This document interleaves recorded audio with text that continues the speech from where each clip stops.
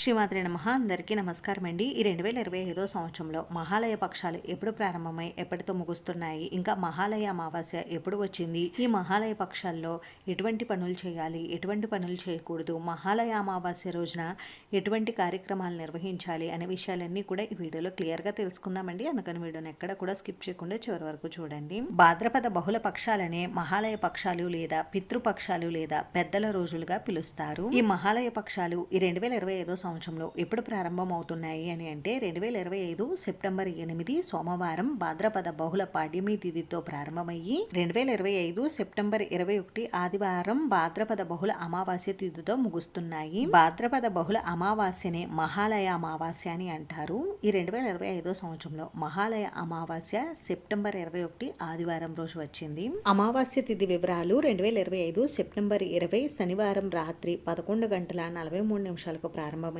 2025 September 21 ఆదివారం రాత్రి 12:06 వరకు ఉంటుంది.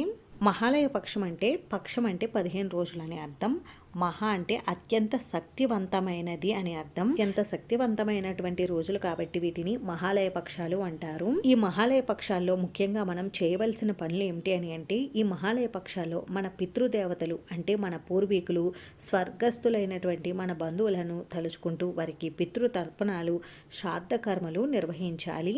ఇలా చేయడం వలన పితృదేవతల ఆశీర్వాదం కలుగుతుంది. అలాగే పితృదోషాలు కూడా తొలగిపోతాయి. ఒకవేళ ఈ 15 రోజులు మీకు పితృ తర్పణాలు చేయడం కుదరకపోతే మహాలయ అమావాస్య రోజైన ఈ కార్యక్రమాలు నిర్వహించుకోవచ్చు. ఒకవేళ ఈ రోజు కూడా మీకు పితృ తర్పణాలు చేయడం కుదరకపోతే మీ పితృదేవతలు స్వర్గస్థులు అయినటువంటి తేదీ తిథుల్లో కూడా మీరు ఈ పితృ తర్పణాలు అనేవి వదలవచ్చండి. ఈ 15 రోజులు కూడా మీ పితృదేవతలను తలుచుకుని వారిని స్మరించుకోవడం, అలాగే మధ్యాహ్న సమయంలో కాకికి ఆహారం, నీటిని పెట్టడం చేయాలి. ఇలా చేయడం వలన పితృదేవతలు కాకి రూపంలో ఇంటికి వచ్చి ఆ ఆహారాన్ని స్వీకరిస్తారని ఒక నమ్మకం అయితే ఉంది. అలాగే ఈ పితృపక్షాల్లో మీ పితృదేవతల పేరిట దాన ధర్మాలు, పిండ ప్రదానాలు, ఇంకా వారి పేరు చెప్పి ఎవరికైనా బట్టలు పెట్టడం ఇటువంటి కార్యక్రమాలు నిర్వహిస్తే చాలా మంచిదండి.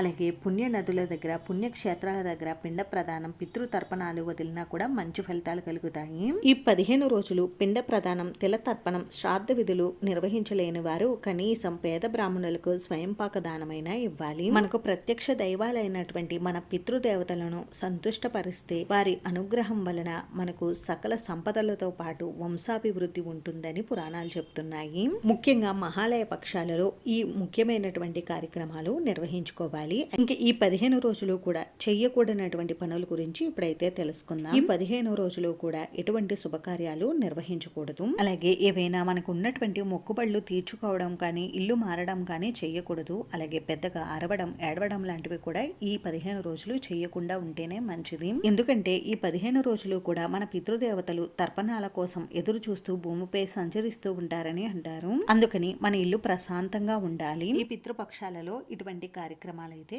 అస్సలు చేయకూడదండి. అంతేనండి. చూసారు కదా, ఈ వీడియో మీకు నచ్చితే ప్లీజ్ లైక్ చేసి, షేర్ చేసి, సబ్స్క్రైబ్ చేసుకోండి. Thanks for watching.